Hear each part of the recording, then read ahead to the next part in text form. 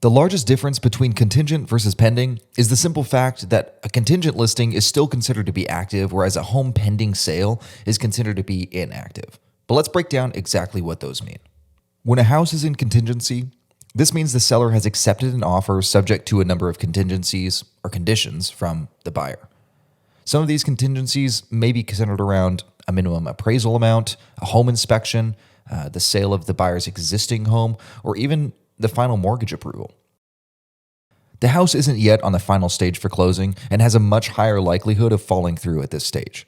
Additionally, homes can continue to be shown and backup offers received. All right, so what does a home pending sale mean? Well, technically speaking, when a home is pending sale, it really just means that the seller has accepted an offer and that the home is officially under contract. However, in the industry, it's typically understood that when a home is pending sale, all contingencies have been removed and that the buyer is now moving toward closing.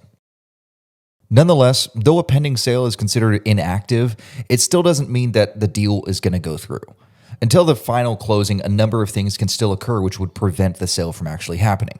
So this could be an unexpected title issue, considering a lien, or the discovery that even somebody else might have rights to the property.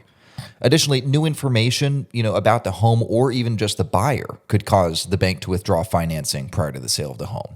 So though there's a much higher likelihood of the home sale at this point, nothing is for certain until there's an official transfer of the deed at closing. One question you're probably asking yourself is, how often do contingent offers fall through on a home? Well, a contingent offer may fall through if the buyer's home inspector found issues with the home, the appraisal comes back lower than expected, causing the bank to decline the mortgage. Perhaps the buyer of your home can't find a buyer for their existing home.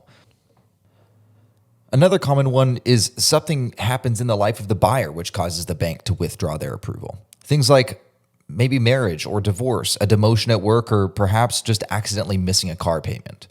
Finally, it's more common than realized, and often sellers aren't even aware of this, but the title can also just be clouded, which is something that needs to be addressed before closing. When we sell a home with a realtor, we're very aware that in normal markets, about 20 to 30% of home sales are going to fall through. But especially in hot markets like this one, that number has rapidly escalated due to the fact that homes are just not appraising for what people are even willing to offer for them. So when that happens, the bank declines funding on the home, and that's probably a video for another time. It should be noted, however, that when you sell your home to an investment company like the residential buyer, we just skip these unnecessary contingencies, bank appraisals, and closing delays simply because we're not using a bank to buy your home.